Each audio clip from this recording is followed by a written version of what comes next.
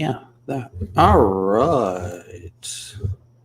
Starting a little early, guys, because I am technologically stupid. So we need to kind of figure things out first. Hold on one second.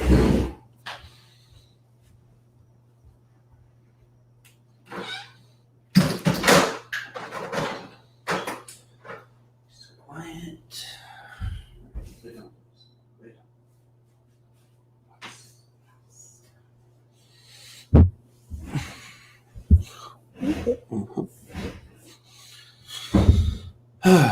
Okay.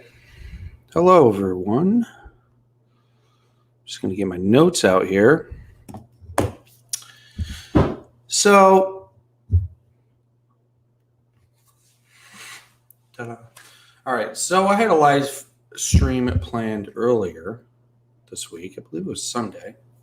But I'm not flicking you guys off. I severed the tendon in my distal left flexor tendon in my left middle finger.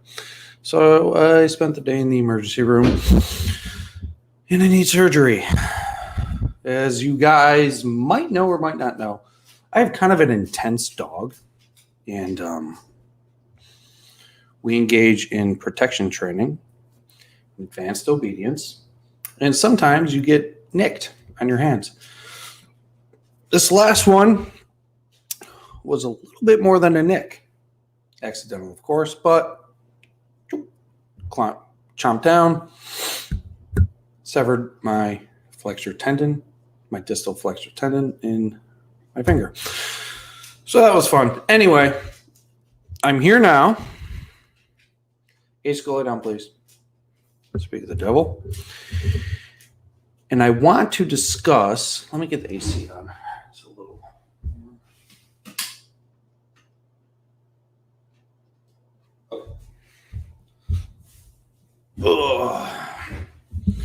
Believe it or not, here in Florida, it's pretty darn warm in the winter. So most of my channel is based on me ranting, or most of my brand is based on me ranting about ridiculous stuff that people do that they consider exercise, which in many cases is not exercise.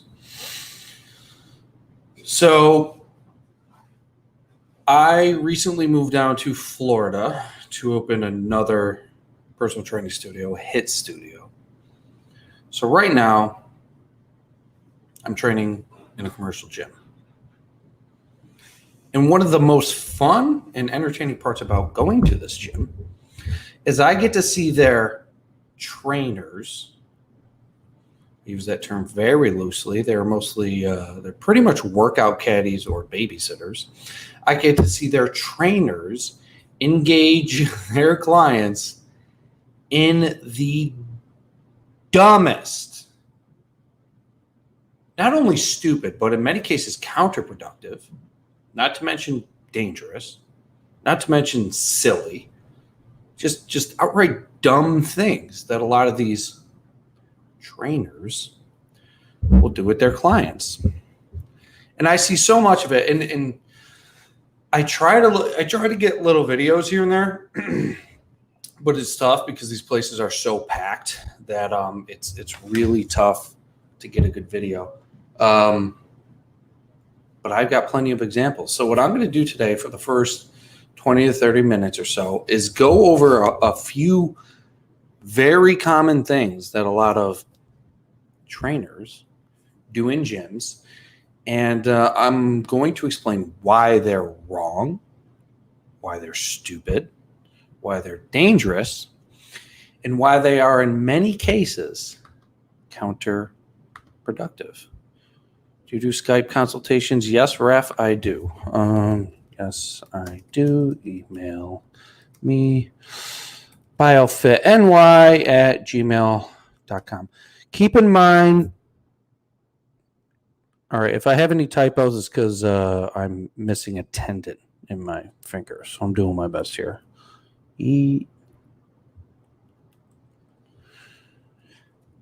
So, good question. To those of you who are looking for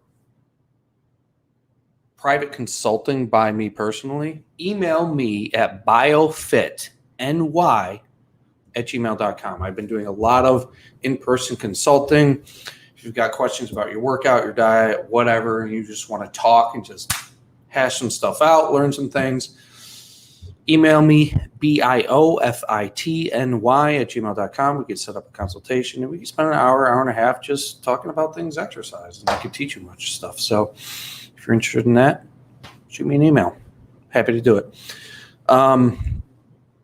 So like I said, today we're going to go over some of this nonsense. And,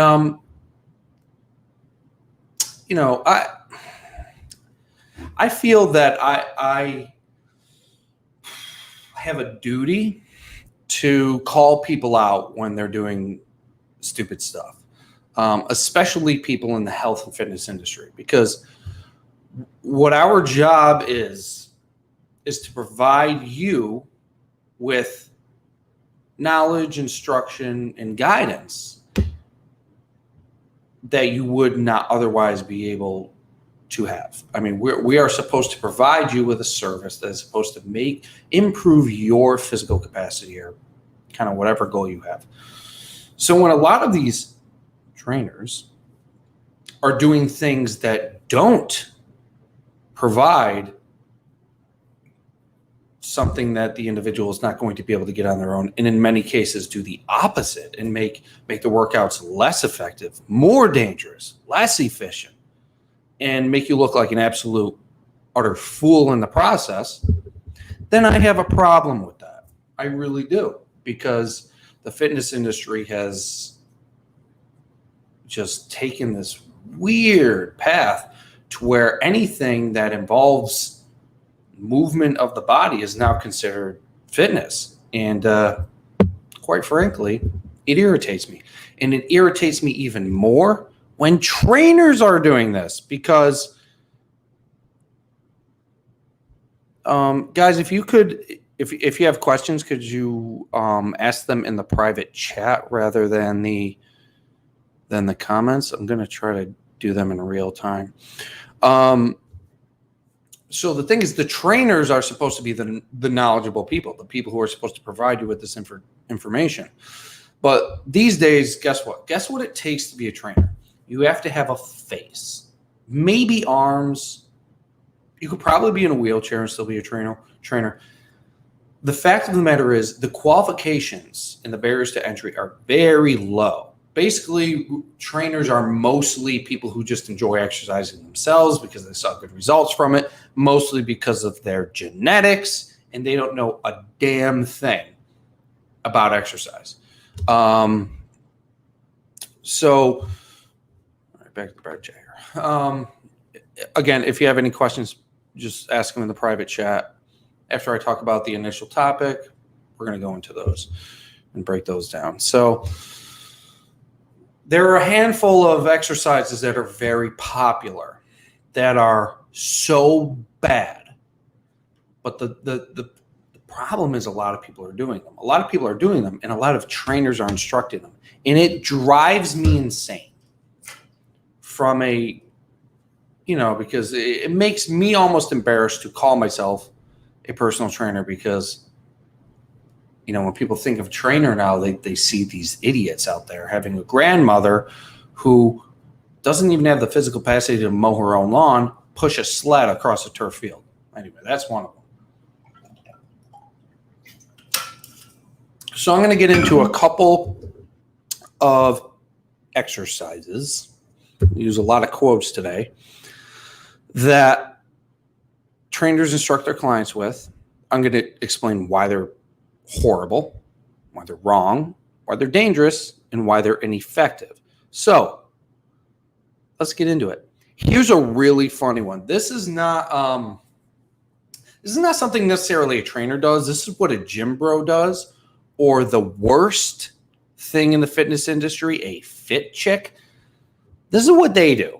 All right. I'm going to share my screen.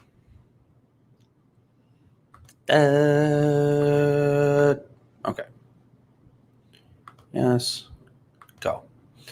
So here's one. No, this. Oh, man. The 45-degree leg press. Here's a good example. The 45-degree leg press with every plate in the gym stacked on it. Okay, get a good look at that, guys, because any of you who go to a commercial gym, you will see some moron doing this. I saw a guy this morning doing this. Unbelievable. He must have had 20 plates on the thing. All right.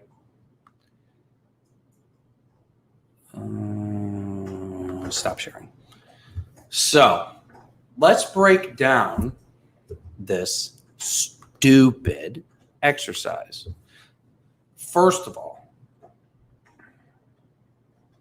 this is done on what's called a 45-degree leg press. Okay. This leg press works on fixed guide rails at a 45-degree angle. And the way your body is positioned in this leg press makes it impossible for any significant range of motion. So it makes it extremely hard to have any sort of significant. It's very similar to getting on a squat rack and going down like 4 inches and back up. So whenever we see someone doing that, we're like, wow, they're not squatting, because of course you can move any weight that far, and it has to do with momentums. So this machine design makes it impossible to create a long moment arm, which in terms of biomechanics produces the most resistance in the exercise. And it also allows the resistance to slide up and down a guided rail. So these two things combined, this is actually, that leg press actually is a design which makes it easier. It's a ramp. A ramp is a tool. A ramp is a tool which makes it easier to push things up. That leg press is a ramp. It has, in engineering terms, it is literally designed to be able to move the most amount of weight without the body working very hard. And that is why you're able to load all this weight up. And again, in the position you are seated, and the position you are seated and the way the machine is designed, you can't produce very much range of motion. And this is why people are able to stack so much weight on this stupid machine. It is not because they are strong. And the thing is, they don't even need to do that much weight. They just put that much weight on there because they're idiots and they think people are watching them, saying to themselves, oh my God, that guy is so strong. Look at all those plates on there. The machine is a gimmick. It's a gimmick for morons is what it is. That is the worst effing leg press you could ever use. Because first of all, your joints don't move in straight lines and you're pushing against a fixed rail. And over time, especially if you're using weight like that, you're going to develop joint problems. So what I've noticed is at this gym, there is a Cybex leg press. Very good one. I love this one. I grew up with this one. It's a plate-loaded leg press. It's kind of at an angle, but it goes down and then back up, kind of like a circular motion. I noticed that this leg press is almost never used, but the 3 45-degree angle fixed leg presses are always taken up. And that's because The Cybex leg press, which I use, is harder. I can only do about 5 plates on each side. That's why people won't use it. Because people are going to the gym in order to try to display their strength, not to improve it. So people won't use a machine which doesn't allow them to use a tremendous amount of weight, because then they don't impress everybody who's watching them. But if you're in there to work out, you shouldn't even be noticing anybody else. You shouldn't care. So, the hack squat and all these guided leg presses, they're always taken up because people can load up on them and pretend that their legs are strong, but they're not. It's terrible. To take that a step further, if you do this leg press with a single leg, you are a effing moron. Here we go. Let's see. Share screen. Ta-da. Let's look at this idiot. How to do a single side leg press on a leg. First of all, the thing was not set properly. Okay.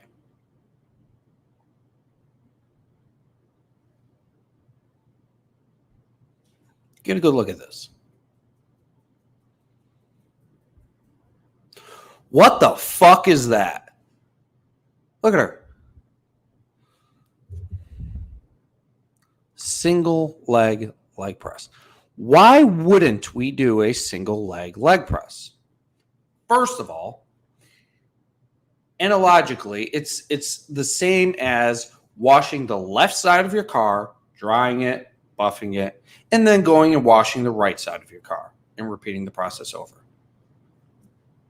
There is no additional benefit to training one limb at a time, other than trying to work around an injury that you're trying to rehab. There's no additional benefit. In fact, there is only negative consequences to doing that. Namely, wasting time. Why would you train one limb when you can train them both at the same time? First of all, that's the huge hole in this exercise. Secondly, when you are sitting in a machine not in the way it is designed for you to sit in it, you're going to unevenly load different structures of your body. In this case, uneven loading on the lumbar spine, uneven loading on the pelvis, uneven loading on the knees.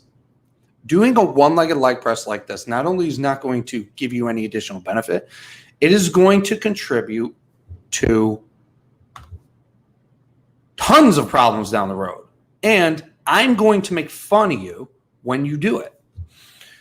The one-legged leg press drives me insane. I know that the society these days severely lacks the ability to think critically and solve problems, but that's insane. Here's another version of the one-legged leg press. Let me look this up really quick. Assisted chin. This is the worst thing I've ever seen in my life.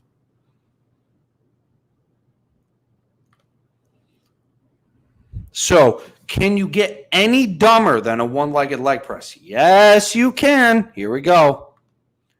You sure can. Leave it up to these people. Look at this. So I see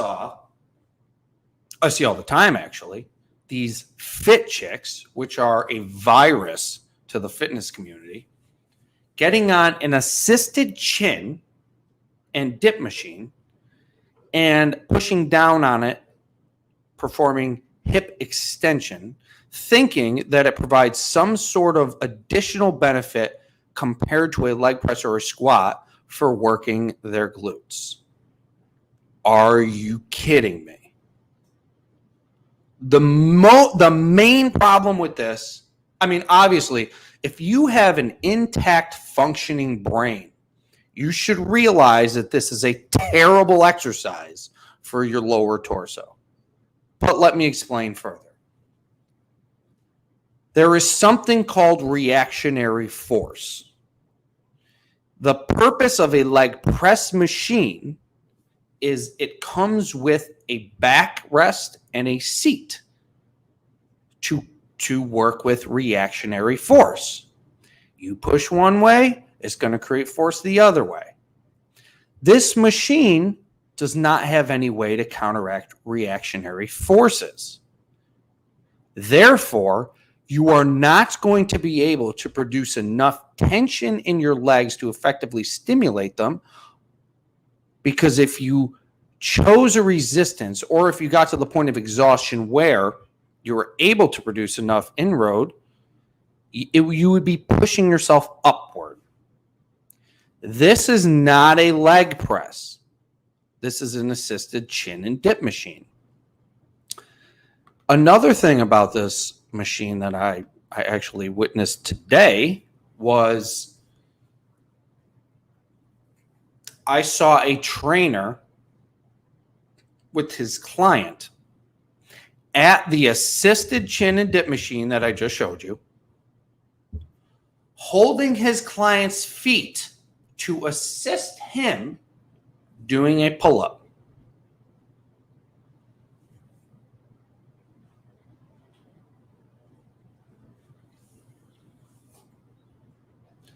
That's the point of the effing machine.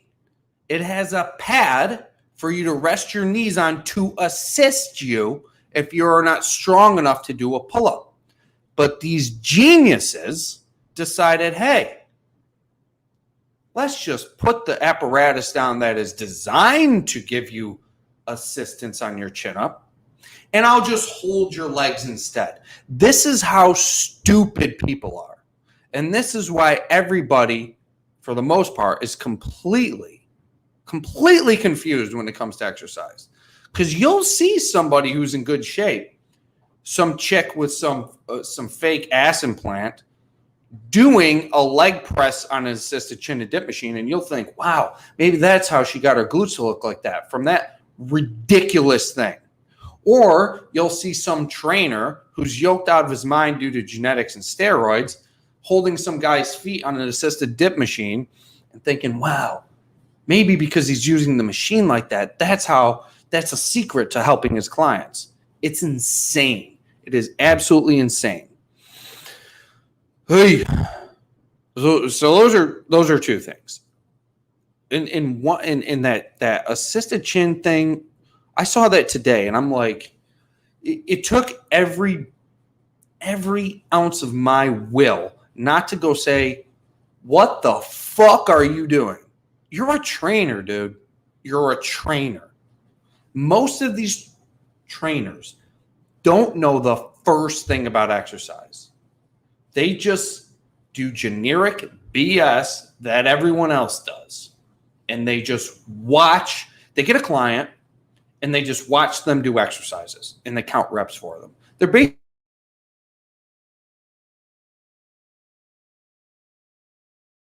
another one that I hate because there's no point in doing it is the sled push. Watch these idiots. This is called the sled push. Purpose? Unknown. But as you can see, you put a bunch of weight on this stupid thing, you lean into it, and you just kind of push it. You are involving quite a few muscle groups in your body. None of them significantly enough to stimulate an improvement in muscular growth and strength, but you're involving enough of them to generate an exercise effect, which is fatigue. So if you involve enough muscles in your body, you are going to place a demand on your cardiovascular system and your metabolism and whatever. Oh, here we go. Now we're going to do it in an even dumber way. So you're going to recruit enough tissue that is going to elevate your heart rate. It's going to make your cardiovascular system work a little harder because you're supplying a lot of the muscle tissue with what it needs. But all you are doing in this case is performing an activity. This is not going to inroad any muscle group deeply enough to stimulate an adaptive response in terms of muscular growth and strength. The illusion with this exercise is that it makes you tired and exhausted, mostly because when you do it and you've never done it before, your body's not used to it. It recruits and uses enough muscle tissue to give you the illusion that you're having an effective workout. But in order to have an effective workout, you need to inroad the momentary capability of a targeted muscle group in a meaningful way. This is not going to do that, because the thing is, before your legs are going to be the prime mover in this, but your shoulders are a far weaker muscle group. So they're going to become fatigued before you ever tap into or inroad the glutes, the hamstrings, and the quads. But even so, it's not an effective way to inroad the shoulders. People use this exercise, especially trainers, to give the illusion to their clients that they are working out hard, but they're not. They're working out stupid. This is not even an exercise. What I've noticed with this one too is that I used to go to this gym a few years ago, and I would notice that these idiot trainers would have these 70-year-old women jump on this sled. And my thoughts are, this woman is coming to you because she's old and she's weak. I guarantee she doesn't do her own yard work, mowing the lawn, raking, that kind of stuff. She goes to the gym and you make her do yard work. It's insane. They are doing this exercise with old individuals. It'll hurt a young individual. An old individual, forget it. Done. This is how dumb these trainers are. Hang tight. I'm going to go use the bathroom real quick, and I got a couple more to show you.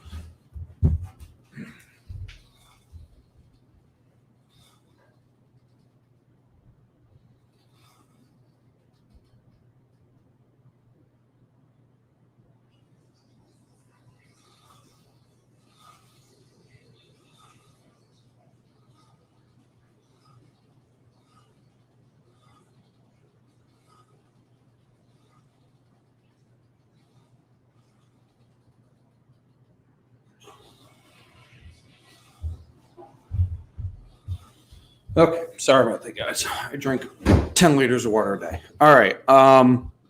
Here's another one that I absolutely hate.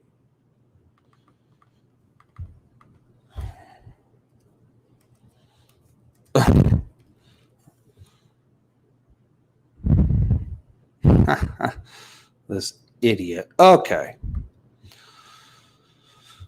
Again, a lot of people like to use these machines improperly, believing that there's some sort of magic benefit to using the machine, not the way it's designed. The machine was designed by people a lot smarter than the people using them. Most of the time, if it's a good machine, they were designed with muscle and joint function in mind. Nautilus, MedX, Hammer Strength, to name a few. Actually, probably to name all of them. All right, so check this exercise out. Ye old side chest press. I want to pull my eyebrows out when I see people doing this. Why do people do this? I have a theory. So, every muscle and joint has a range of motion.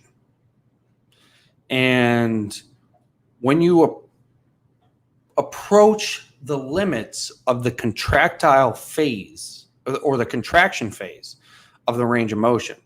Your actin and myosin filaments slide across each other, and when you're getting to the point where the muscle is fully shortened, the actin and myosin filaments kind of bunch up and get in the way of each other, and this creates a cramping sensation.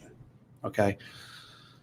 This exercise, as depicted by this complete fool, he is working the muscle towards the fully contracted position in a way that is going to produce what's called active insufficiency, where the actin and myosin overlap is excessive, and the actin and myosin filaments sort of bunch up and get in each other's way, and it makes it harder for the muscle to produce contractile force. So while performing this exercise, you're going to get a cramping sensation in your chest. It would, again, give you the illusion that you are contracting the muscle harder and working it more effectively. But that cramping sensation is due to what's called active insufficiency.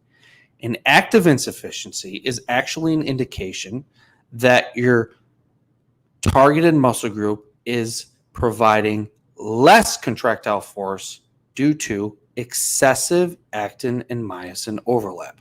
I know that's a lot of words and a lot of terminology that you're probably not familiar with, but in short, working a muscle in its shortest, most contracted position is not going to provide additional benefit. It is actually going to provide less benefit, because during active insufficiency, you are actually stimulating less cross-bridging in between the actin and myosin filaments. Long explanation, but anything done like that is silly and unproductive. And if you guys follow my Instagram, I actually was able to shoot a video of some moron doing a heel raise, or what a lot of people refer to as a calf raise, but that's incorrect. A heel raise on one of the standing heel raises machines. And so it comes with handles to hold it and brace yourself. So this genius decided to put his arms down and just do this. And my comment was, that is the perfect way to do a heel raise if your goal is to not train or stimulate your calves at all. Again, if you're going to perform an exercise, do so slowly, because you want to be able to emphasize the negative phase as well as reduce momentum during the turnarounds to keep your muscles under tension and produce continuous muscular loading. This is going to result in a deeper level of inroad and a better stimulus. Not to mention, it's a hell of a lot safer. What else do I got here? Let me go through my notes quick. Oh, here's a good one. I actually commented. So, I find some fools on Instagram, and especially if they're a trainer and they show a video of something that is insane and dangerous, I will troll them. I will troll them bad. So there's one push up, weight on back. This one trainer, I don't even know how I followed her, but she was bragging about her client and how and shooting videos of him doing these horrible exercises. And one of them was a push-up, but she decided to load a 45-pound plate on his lumbar spine. And to make it worse, have him do it on a Bosu ball. That was too much for me. I should have let it go. But no, she's a trainer. And she had an out-of-shape guy who was built like an accountant, BMI of 1,000,000, doing a weighted push-up on a Bosu ball. For what? She doesn't know. Needless to say, she did not respond to my comment, and I'm pretty sure she blocked me. But I'm not mean about it. I just explain why it's a bad choice in exercise. And a lot of these trainers they simply don't understand the purpose of exercise. So Let me share screen here. I got to get a bigger laptop. This thing's tiny. I cannot see. This. Guys, don't do this. That's insane. That is insane. And here's the funny part. First of all, don't put a weight on your back. Your spine is very sensitive. And most of us have very weak spines, very atrophied multifidi, lumbar extensors. We do not have strong spinal musculature. Don't do this. Second of all, this broad is training the guy in a gym where they have a chest press. Not a chest press, probably 6 of them. And probably hammer strength MTS or hammer strength, or even, God forbid, a Life Fitness or Matrix chest press, even though it's a pile of trash, is going to be more effective at inroading, fatiguing the targeted muscle group of the pectoral muscles than this stupid, ridiculous exercise. Don't do this exercise. Not only did she have him doing this, she had him pressing against a Bosu ball, so now he had to balance himself. What on earth? I don't know. It's...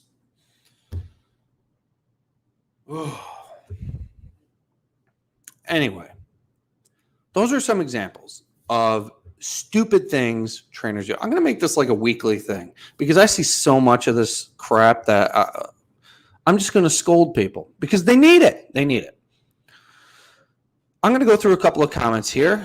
Michael Hearn promotes side leg press. Yeah, he's also on HGH and 1,000 to 1,200 milligrams of testosterone every week and says he's natural. If you listen to anything Michael Hearn says, you are a fool. What is the best leg press? The best leg press is going to be, I mean, they're all pretty bad unless it's a Nautilus. Some of the hammer strength are good. First of all, you want a platform. You want both. You want a solid platform. You don't want unilateral. So anything that is bilateral is pretty decent. Hammer strength, some of the Cybex ones, and obviously Nautilus and MedX are the best. The leg press is not called stupid. Just doing it that way is called stupid. Well, that 45-degree leg press is stupid. All right, let's see. Sprints with a parachute. Different motor learning from regular sprinting, creating negative crossover. Yup, that's exactly right. That's going to have a negative transfer. Again, if your goal of a parachute sprint is to strengthen your legs, you do a squat or a leg press. Trying to combine the skill with resistance in anything. If you try to improve your skill and strengthen that skill by adding resistance to the skill, you're gonna end up with negative transfer. You're gonna be in big trouble. Sprints with the parachute they are a bad idea. I mean, if you're a sprinter and your goal is to be as fast as you can running the 100-meter dash, yes, it's going to make you slower because it's a different muscle recruitment pattern, and it's going to have a negative transfer. Let's see. There was one about deadlifts. How about a deadlift? Is it good for HIIT? Do I do deadlifts? All right, so one thing is we need to address, is it good for HIIT?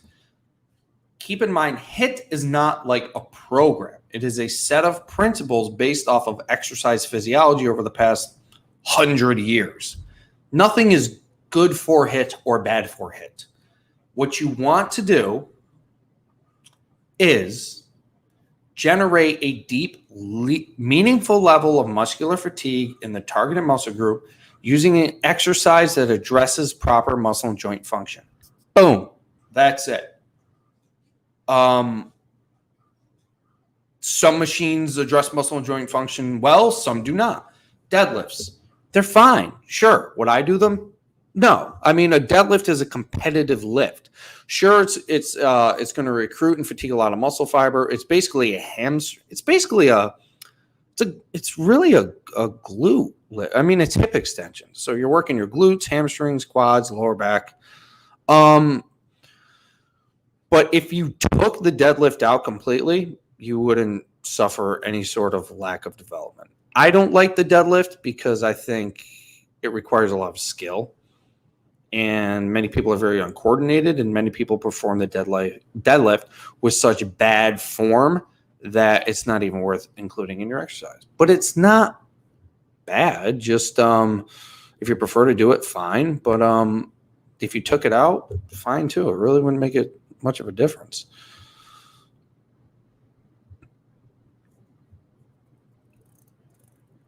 What do I think about upper lower split 3 days a week?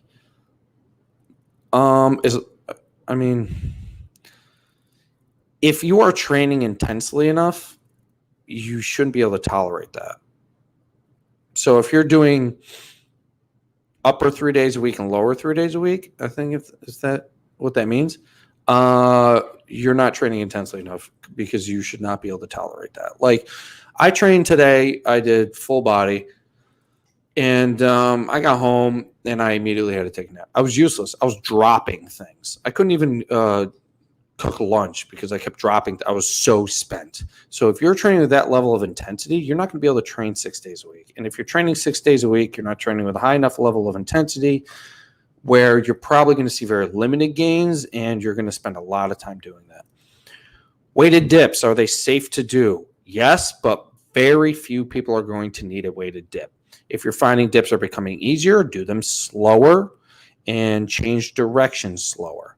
A lot of people who do weighted dips are idiots who do them very, very quick. Mike says he is natural. You don't know for sure he isn't. Yeah, I do. The dude's 50 years old and he's got 4% body fat. Come on, guys. Come on. Of course Mike says he's natural. He can't come out and say he's not natural, because his career will be over. How are you, 6'2", 260 pounds with no body fat? That is unnatural for the human body. He's not natural. Come on, guys. It's moronic to think that he is. So weighted dips are fine. But unless you weigh 120 pounds and you're strong as hell, you don't need weighted dips. Just do them very slow and change directions slowly at the top, or slowly at the bottom and top, and don't lock your elbows out at the top, and you can do a heck of a lot just with body weight dips. Why calisthenics guys do weighted calisthenics for muscle growth? Because they're idiots and they have no idea what they're doing. I don't know. Weighted calisthenics for muscle growth? I mean, if your muscles are exposed to a level of inroad that they're not used to, they will initially grow, but it won't be progressive. They won't grow. I mean, if you're doing weighted calisthenics, your muscles are gonna have extremely limited growth, and it's going to be initial and then nothing after that, and you're going to get hurt along the way.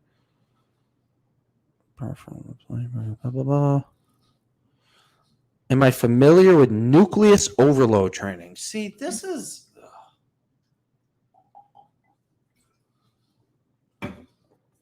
I'm not, but that's just another... It sounds like another stupid thing that people just come up with to be different and provide something different that no one's ever said before. Nucleus, how do you overload a nuke? You can't overload a nucleus. A nucleus is what contains like the DNA of a cell. I don't know how you would overload that. It's kind of weird. So all these little things that come out with these fancy little terms, they're gimmicks. They're marketing gimmicks. They're absolute nonsense, because in terms of the fitness industry, everyone's been there, done that. Everything's been done. Everything's been tried. Everything's been promoted. So people are just coming up with anything they can in order to just stand out and be different. So when you hear these crazy terms, it's likely likely what that means. What do I think of the inversion table? Fine. The inversion table is fine for temporary relief of intervertebral pressure. So like your vertebrae, due to gravity, they'll kind of push on each other. It will, if too much and you lose some of the cartilage in between the discs, it will cause the cartilage to protrude and touch sensitive nerves along the spine, which will create discomfort in the back. If you do an inversion table and you're hanging upside down, it will cause the spine to relieve some pressure, some intervertebral pressure a little bit, and it will kind of allow the cartilage to slip back in, reducing pressure off of the nerve, and will result in temporary relief of that discomfort and pain. Temporary, not long-term. The long-term fix to back pain is to strengthen all the muscles in your entire body. Because a lot of the times what happens is most back pain is due to muscle atrophy and weakness. So you've got the multifidi muscle that align the vertebrae and the spine. The vertebrae push on each other over time. The muscles that align the side of the vertebrae, the multifidus, or the multifidi, when they atrophy, the vertebrae start to push on each other harder. And when you strengthen the multifidi muscle and every other muscle in your entire body, it will relieve some of the pressure off of the vertebrae and reduce back pain or any kind of pain in the spine. Trying to strain the body part for a month. All right. The theory of nucleus overload training is training a body part for a month and you'll have more growth. Yeah, and then you'll have atrophy in all the other body parts. So that's very silly. So if you train only your chest for a month and it grows a lot, and then you train your legs for the next month, your chest is going to shrink in the process. That makes absolutely no sense. Your best bet is to train your entire body. Although there is some level of localized stimulation, localized fatigue, for the most part, your body grows and atrophies as a whole. When you eat, you don't feed the lower half of your body and then the upper half of your body. When you sleep, you don't sleep the lower half of your body and sleep the upper half of your body. This is a systemic thing. All of this happens as a whole. Sure, there is going to be some localized phenomena based on muscle groups, but it's limited. So if you only train your chest, it's not like your chest is going to grow super, super huge, and then you're going to switch your legs and your legs are going to grow super huge. That's not how the body works. If you train a muscle every single day, the nuclei within that muscle increases and you have a better response. No, when your muscle grows, yeah, the amount of nuclei increases. But if you train a muscle every day properly, you're not going to result in muscle growth. You're going to result in muscle atrophy if you're training it properly. If you train it with very low intensity, you might experience some muscle growth. But no, that doesn't accommodate exercise physiology at all in any way whatsoever. That's a very poor way of doing that. What do you think about people feeding false information about 6 meals a day? I eat 2 or 3 for years. 6 meals a day. That's so stupid. Again, that came from bodybuilding. The 6 meals a day thing came from bodybuilding because bodybuilders are eating like 8, 9, 10,000 calories a day. Because their protein synthesis and their metabolic rate is so high that they can actually use those calories to build some muscle. Even though they're definitely overdoing it, in order to get all that crap in, they need to eat that many times a day. Most people not only do not need to eat that many times a day, it would have negative side effects. There is some weird belief that meal timing has anything to do with body composition, and it doesn't. It really does not. The anabolic window, or the window with which protein synthesis is elevated, is as long as 72 hours. So, you don't need to be eating 6 meals a day. That's just nonsense. It's like all these little things. So say, for instance, you've been training for 5 years and you haven't seen any real results in like 3 or 4. If you were to just switch to eating 6 times a day instead of 2 to 3, if you think that that is going to make the difference between not seeing results for the past 3 years and finally seeing results, that's silly. These little things, meal frequency, where your protein comes from, nucleus training, these don't make a difference that you will notice in the long run at all. It's just not how it is.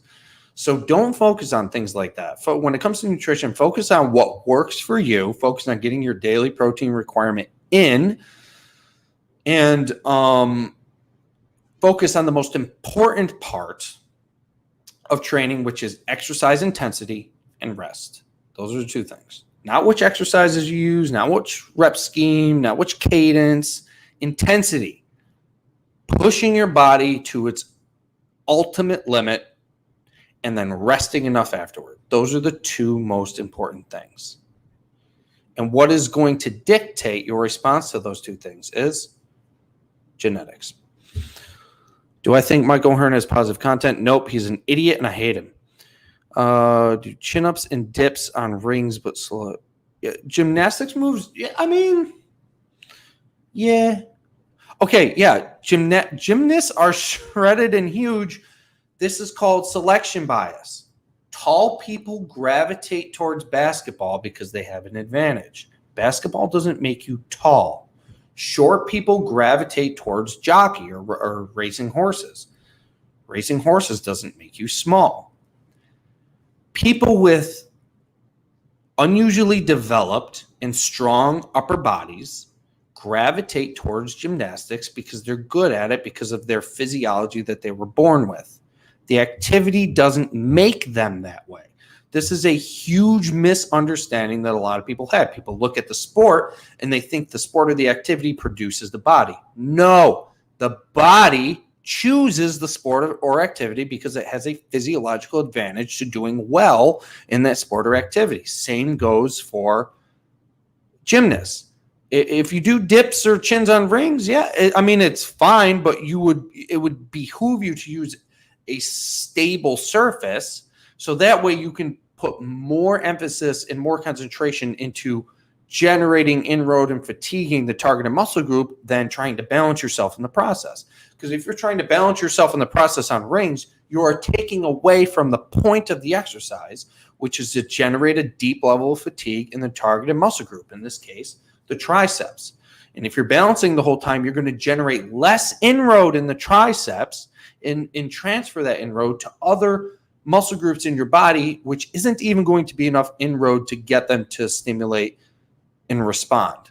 So you want to always train on a stable surface. There's zero advantage to training on an unstable surface. Yes, your body uses more muscles to try to balance itself, but that does not mean the exercise is more effective. It's less effective because you're taking away from the inroad of the muscle group that exercise was designed to work. It's less effective, and you look like an idiot. How many meals do we need to have? I have 2, but yeah, that's it. Whatever works for you. Hit your protein requirement and your calorie intake requirement.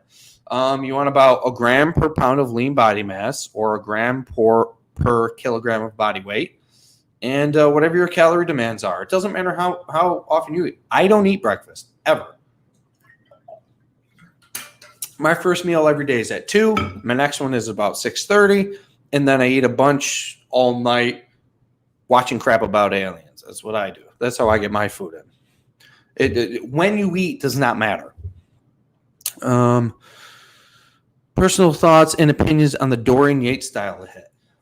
Dorian Yates, he ended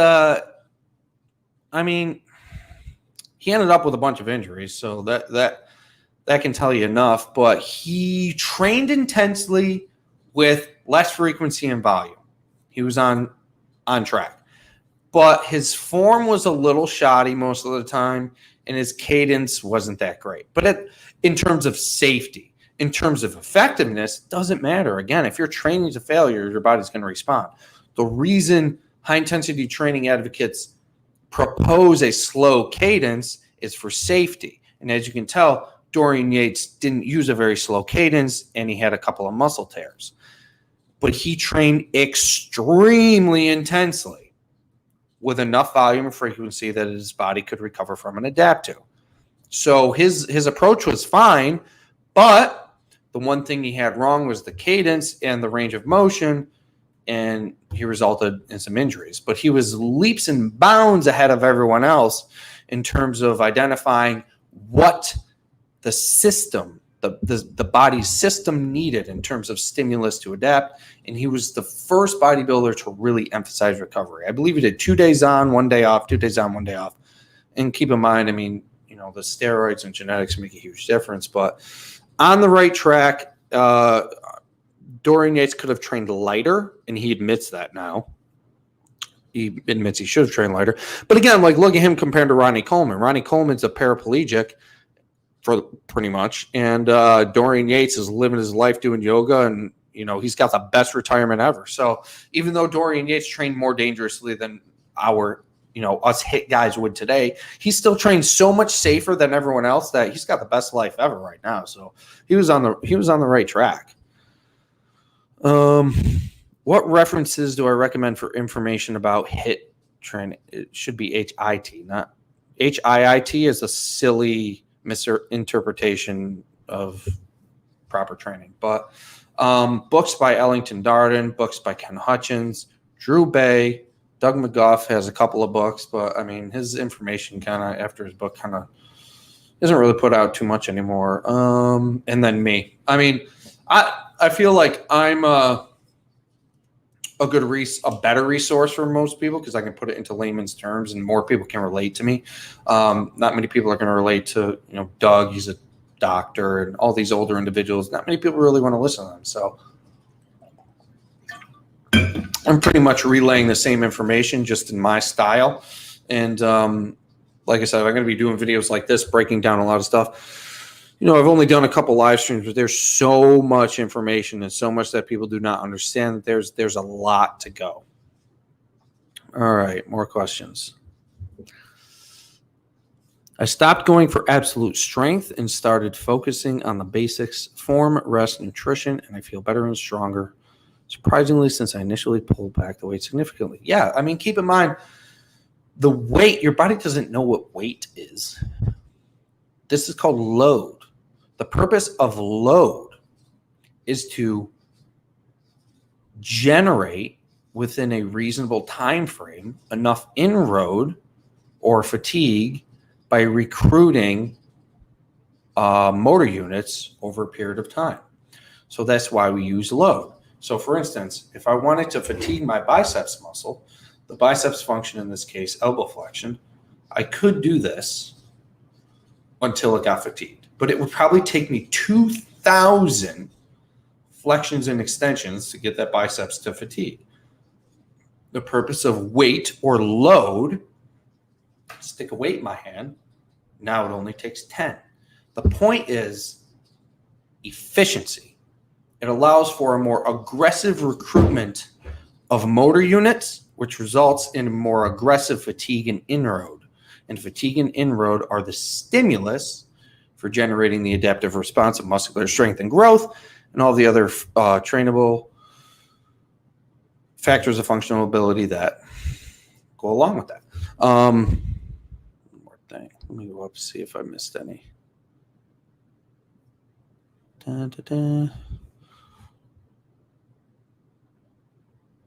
All right. What is better for muscle growth? 8 reps with 60 seconds time under tension or 12 with 60 seconds time under tension? This is a good question because these are like the nitty-gritty things that can confuse a lot of people. The answer is it doesn't matter. Although mechanical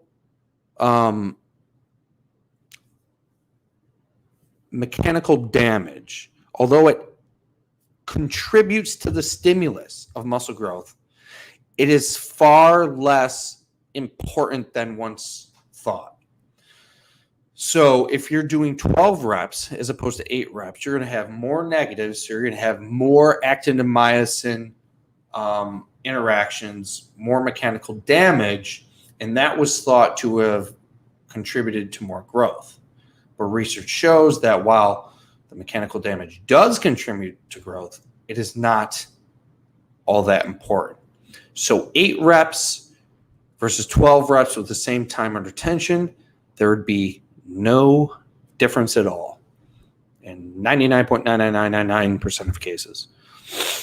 Is there a need to warm up for advanced training guys on HIIT workouts?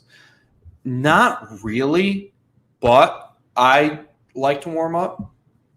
I like to kind of it's a psychological thing. So there's nothing wrong with warming up to kind of get you into it for psychological reasons. There really is no physiological advantage to warming up.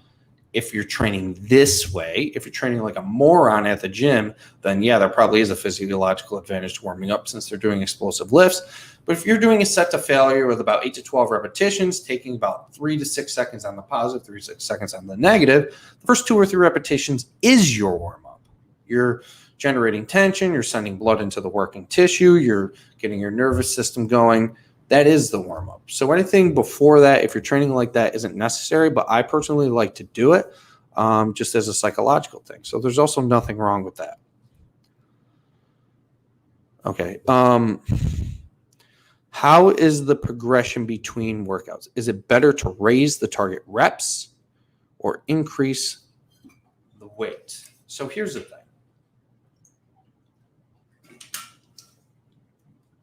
At a certain point, it's probably going to be better to raise your target reps because every time you raise the weight, the amount of stress the connective tissue and the bones and all that stuff has to bear is going to increase. You don't want to go too heavy because it could have a negative effect on your connective tissues. But at the same time, you're going to be raising weight relatively frequently within the first 1 to 6 months. But eventually it's going to go like this. Really quick, and then it's going to start to level off to where you may get the same reps with the same weight for 4, 5, 6 weeks in a row. That's normal. Your body's still improving at that point. It's just improving in such small micro progressions that it's not noticeable. So in this case, like personally, what I do now is I just select a weight that I can get 8 to 12 reps and just train to failure. I don't even track it anymore because as long as you are training to failure, you're going to get stronger.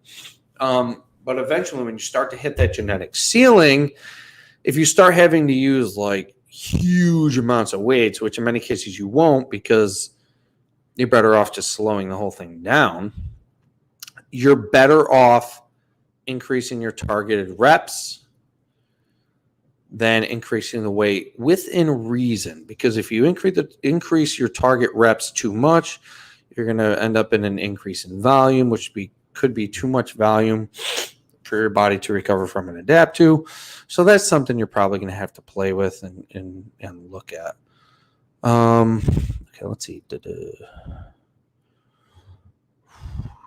All right, let's see. Bunch of new questions. Let me just try to get them in order.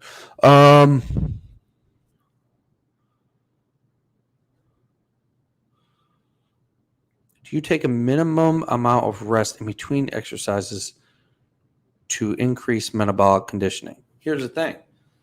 The shorter your rest in between exercises, the greater conditioning effect it's going to have. But again, you've got to find the balance between that. Personally, I like to take about 30 seconds in between exercises. I do not do the rush factor. The rush factor is fine for most of my clients because, again, the more experienced you get, the harder you're going to be able to train yourself. The harder you're going to be able to train yourself, the more demanding and stressful the entire workout is going to be. So if you're like me and you're experienced, you've been doing this for some time, and you add a rush factor in, by the third exercise, I'm going to be down on the floor. Also, the amount of muscle tissue you're carrying too has something to do with that. So For a new trainee, rushing them is generally pretty good because they are not even able to take themselves to a super high level of intensity. But as you become more experienced and you're able to train more intensely, you're most likely going to want to slow down a little bit. Plus, I'm 210 pounds, mostly muscle. So every time I do an exercise, there's that much more muscle tissue that's worked. There's that much compared to, like, say, a 160-pound person, 210 to 160.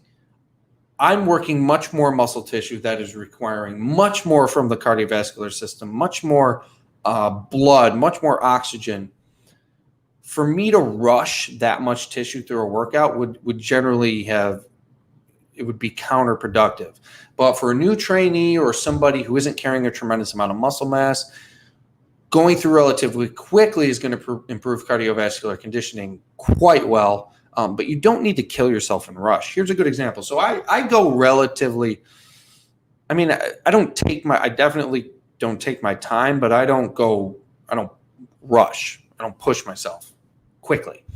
And last time I went through a HIIT training session, actually at X-Force, they rushed me and they pushed me to the absolute limits of failure. And by the end of the workout, I was kind of breathing, but I wasn't breathing that heavy. It cardiovascularly and from a conditioning standpoint, I handled it easily. And that is me not doing a rush factor for several years. So even though you may not be rushing yourself and moving super quickly in between exercises, you're still conditioning yourself. And that's a good example of how, because I don't rush myself and my conditioning is insane. So you don't really need to. If you like to, fine, go for it. If you are a trainer and you got a new trainee, heck yeah, rush them because they're not going to be pushing themselves that hard anyway. Is it necessary a calorie surplus for building muscle? It's okay to eat in maintenance. There was a study done in 1975 that showed that under starvation conditions, if the soleus muscle of their rat subjects or the rat models was worked hard enough, the soleus muscle would grow under starvation conditions. So that in a rat, the anatomy of a rat, which is why they use rat models, is so close to ours that we can draw a lot of conclusions from what happens to rat anatomy. So these rats were able to grow muscle tissues under starvation conditions if the muscle was stimulated hard enough. So yes, your muscles will grow at maintenance and even in a calorie deficit if stimulated hard enough and with enough rest. Is a calorie surplus necessary? No, absolutely not, especially for new trainees. But it can be helpful. As long as you're not somebody who puts on a tremendous amount of fat, I would recommend a calorie surplus. But if your goal is to keep your body fat down and you gain body fat easily, I wouldn't even do a calorie surplus. I would shoot for maintenance because here's another thing too. There's a margin of error with your measurement.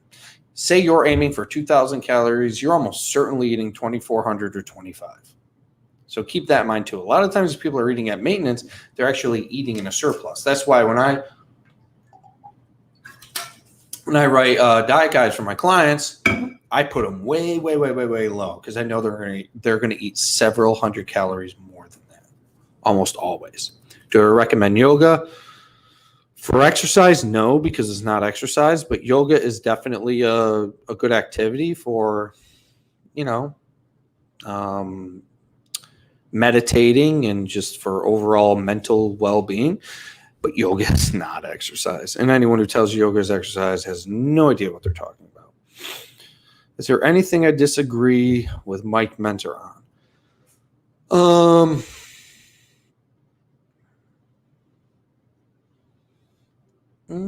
Yeah, the whole high carb thing. I think he said like 60% of calories should be from carbohydrates. For bodybuilders, great genetics and steroids, yes, that would probably apply. But for most people, if you're eating 60% carbohydrates, you're not getting a very good bang for your buck in terms of nutrition. And for most people, that is not going to be optimal for your body composition. So that's one thing I do disagree with Mike Mentzer on. But other than that, he was pretty spot on. L. Darden's new book recommends 1 repetition short of failure now. Thoughts? Yeah. Well, here's the thing. Everybody's threshold, stimulus threshold, is different. So say, for instance, we'll use this screen as like a level of fatigue from top to bottom. So when you first start training, you may only need this much fatigue to stimulate your body to respond in terms of your overall, and we'll call this failure down here. So when you first start training, you may only need this. As time goes on, you're going to need a little more. And eventually, once you get used to training, you're going to need to at least get very close to failure or actually hit failure in order to stimulate the body to respond. Some people may not even need to hit failure in order to reach that stimulus threshold, that point which tells your body to adapt. But we know that if we hit failure, you can be sure that you stimulated your body to adapt. Even though some people may not need to quite hit failure, the only way to be sure that you stimulated your body to adapt is to hit failure. So while Ellington Darden is sort of right, you're better off hitting failure. It's kind of bizarre how he comes back and says that now. Again, a lot of respect for the guy, but his income comes from his books. And again, he's coming up with new content too. I'll have to ask Drew Bay about that because that's just, again, well, think about it. A lot of these bodybuilders don't go to failure and they grow. So again, it depends on your individual genetic predispositions. These bodybuilders grow muscle simply by looking at weights. They don't need to train to failure. Most people,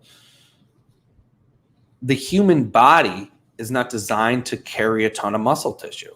The human body is designed for metabolic efficiency, using as little energy as possible to survive. Like a gorilla, for instance, has to eat like 14,000 calories a day to maintain its mass. And all it does is eat and sleep all day. Humans are hunter and gatherers. We move around a lot, so we need a metabolically efficient body. With that said, we don't carry that much muscle tissue because it's metabolically inefficient. So most people are not going to be able to build a huge amount of muscle tissue regardless. So most people are not going to respond like bodybuilders who just look at weight and grow. So in that case, you're going to be best off making sure you hit muscular failure so that way you know that you recruited a significant and enough motor units in order to stimulate an adaptive response. I would not recommend, especially if you're doing 3 sets, 1 rep short of failure, that would make more sense. But if you're doing 1 set, I mean, there's so many parts to this. Because again, if you're like an 85-year-old woman, I wouldn't even train her to failure and she would see good results. There's so much to that. But for a normal, healthy young man like you probably are, I would not train short to failure for optimal body composition and strength. No way. What do you think about Greg Doucette? I saw a couple videos about him. I kind of like how he calls out the douchebags in the fitness industry. He's okay. I got nothing against him. I'm sure there's some things I disagree with, but he's entertaining. I've watched him a couple times. All right, guys. Couple more questions here. I'll answer a few more, and then we'll wrap it up. And remember, guys, if you want an example of exercises not to do ever, go to the beginning of this video when it's uploaded, because those are the worst exercises I've ever seen. Also, what did I see? Also, a really bad exercise, a really bad weight exercise is to try to combine a bunch of muscle groups in one, like a burpee. Go down, push up, jump. This is a really ineffective, inefficient way to train your muscles, because if you want to generate, again, a deep level muscle fatigue, you want continuous loading. You want to leave the targeted muscle group under load. You don't want it to let off, because every time it lets off, it recovers a little bit. So if you're doing something that involves a lot of muscle groups, like a burpee, yes, it may give you the illusion that it's effective because you're using a lot of tissue. You're not getting very good venous return. So your cardiovascular system and metabolism is working hard, but that does not mean you're producing an effective stimulus. It just means that you're using your body hard. Turkish get-up is the worst, dumbest thing I've ever seen in my entire life. There is no reason to do a Turkish get-up other than to be targeted on my live stream, because I will make fun of that exercise so hard. It's not an exercise. It's just I don't even know what it is. It's a trick. How's your chat topic tonight? Planks make no sense to me. What's your take? Planks? Nah. Well, here's the thing. Again, so the function of a muscle, stabilization could be the function of a muscle. Like when I hold my arm out, my medial delt, traps, rear delt are acting as stabilizers.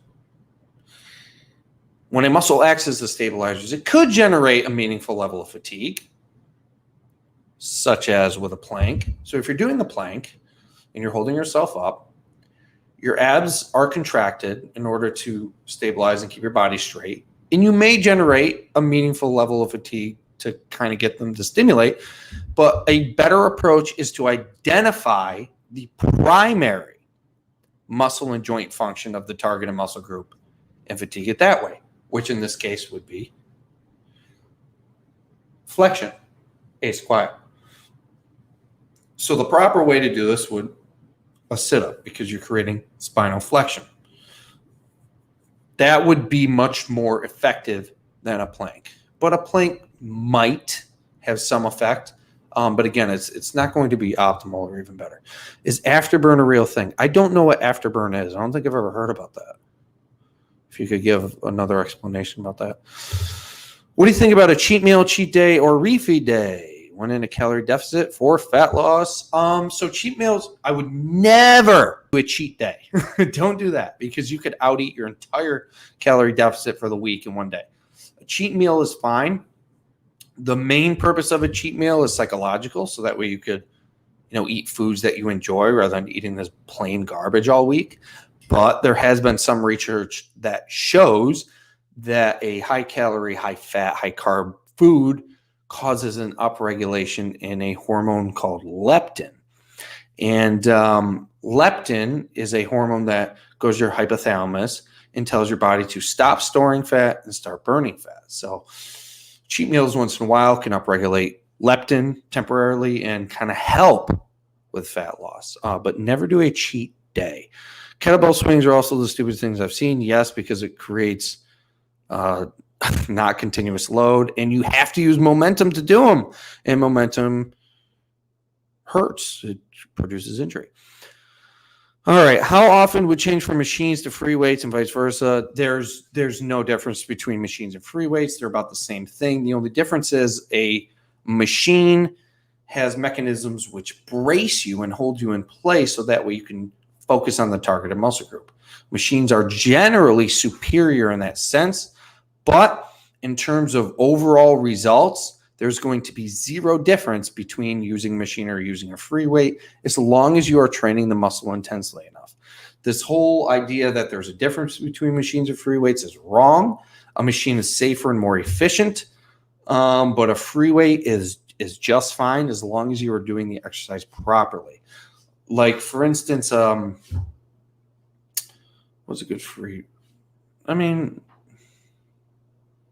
It really doesn't matter. I prefer machines because I prefer to remove relative involvement of any other muscle group than the targeted muscle group. So for a chest press, for instance, like if you're on a bench press and you're back and you got your feet planted and all that stuff, you have all this other kind of relative involvement. Plus, the bench press requires a certain amount of skill. If you use a machine that braces you, puts you in place, you can remove relative involvement of other muscle groups other than the ones you're trying to stimulate. And it's also going to require less skill and adaptation in that fashion to doing a machine. So it removes the skill, braces you, makes it safer, generally more effective. I prefer machines, but if you only did free weights, you wouldn't miss out on results. I'll just put it that way. Hammering a tire, is it stupid? Yeah. I mean, that's probably, I should have kept that one because that's the dumbest thing ever. Again, just because a muscle is involved in a particular thing or a particular movement is demanding doesn't mean it is effectively stimulating your body to respond. Hammering a tire is stupid. If you're going to do exercise like that, you might as well just get a job in construction and get paid for it.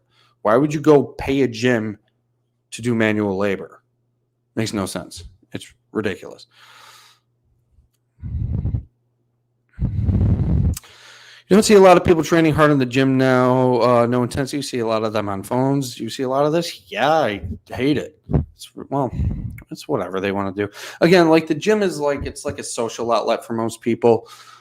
Personally, I never have my phone on me while I'm training, mostly because I don't want to be like these people. But secondly, because you want a distraction-free workout environment. There's no reason for you to be looking at your phone.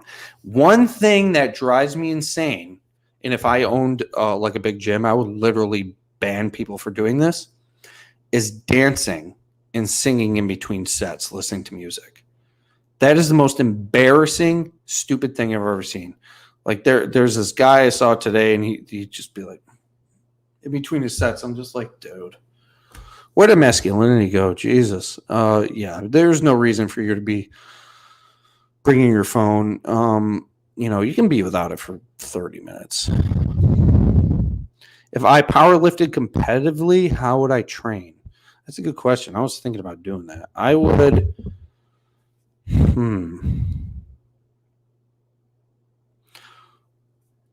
Well, since I already built a base level of strength, I would spend most of my time practicing the movements. I would probably maybe once a week train maybe triples or doubles with each of the movements, but maybe just 1 or 2 sets. So for the squat, 1 or 2 sets, triples or doubles. Deadlifts, 1 or 2 sets, triples or doubles. Bench press, 1 or 2 sets, triples or doubles, each muscle group once a week. But I would do this for a long period of time in order to develop the skill required in order to perform those movements well. What ab exercise do you recommend? A basic sit-up or an ab machine, just something that you can crunch down on, perfectly fine. Or basic sit-up is fine too.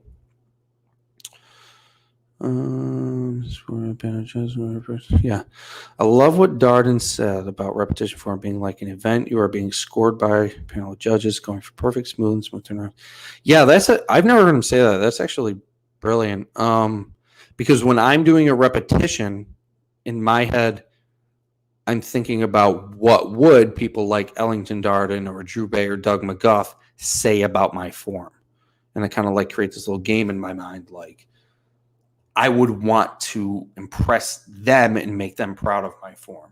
Another good way to make sure you do good form is to film yourself training, not for the reasons like these Insta bimbos and all these idiots do, but film yourself training as if you were going to post it or something. And you will be surprised how perfect your form gets because you don't want to look bad in your video. So I used to do that, in my own studio. I used to just set up the camera and just film the entire workout, because if my form is bad, then the whole workout was pointless because you can't, display the workout. And then you can also go back and check your form and,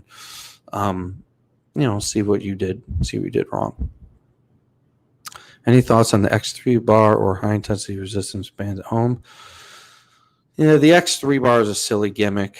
It's just a huge gimmick. You don't need that. The problem with bands is that the the more the band stretches, the more resistance it provides.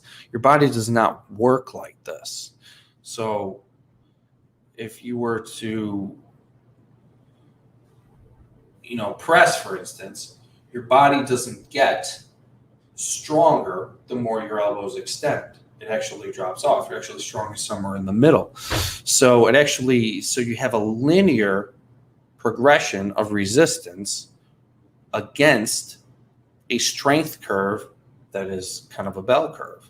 So they're not going to coordinate with each other, and you're going to have a ton of sticking points, and you're not going to get a very efficient or effective workout because the resistance curve does not match the strength curve of the muscle and joint function at all. So again, there's a million different ways to skin the cat here, but I would not recommend an X3 bar.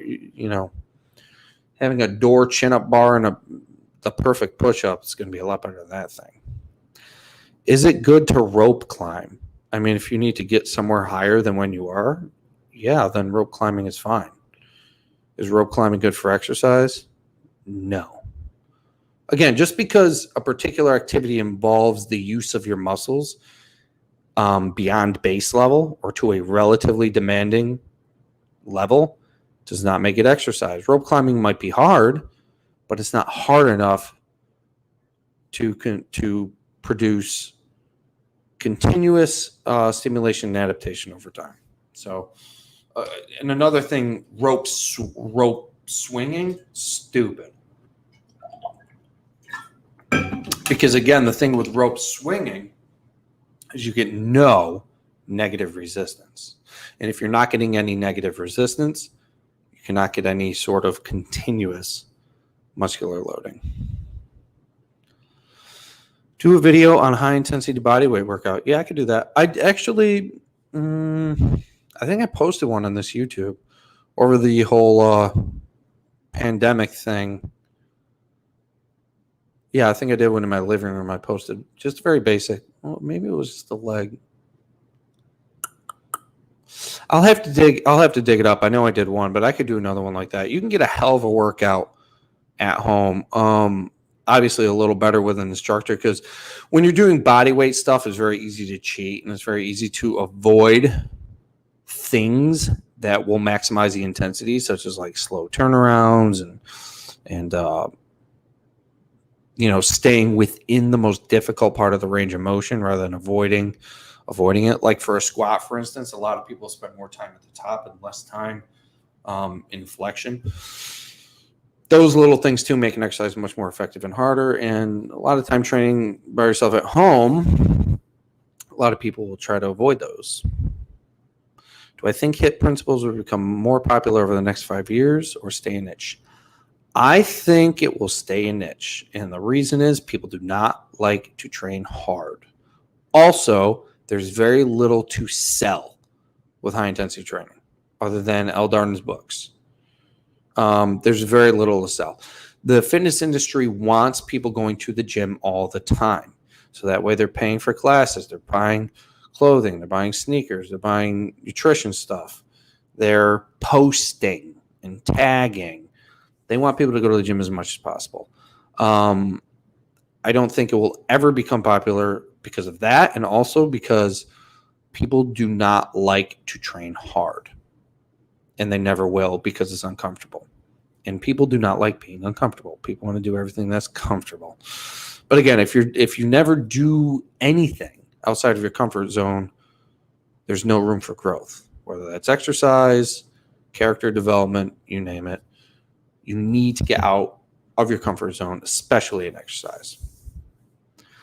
All right, guys, I'll take one more question. We're at about an hour and a half here. So if anyone has one more question, I will take it. And I'll wait about a minute. Let's see if there's any I missed.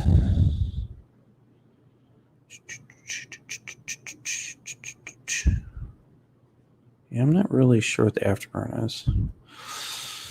All right, guys, I guess we'll wrap it up here. Again, thank you for joining.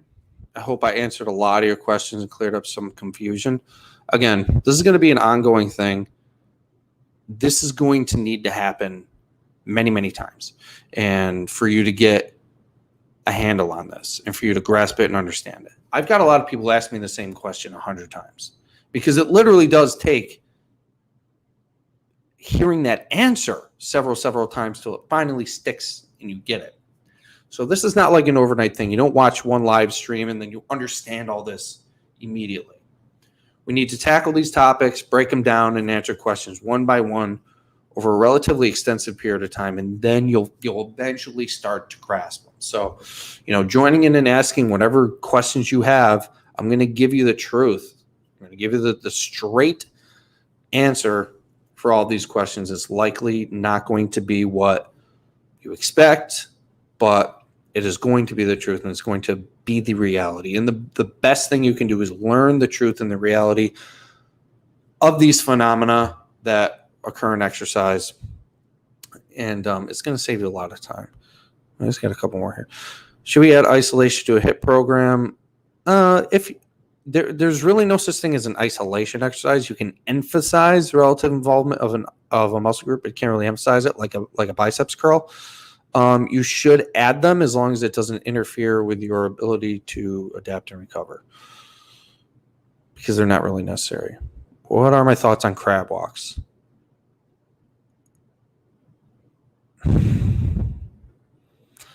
Not even going to answer that one. Come on. Are you trolling me? Let's see. Crab walks. No.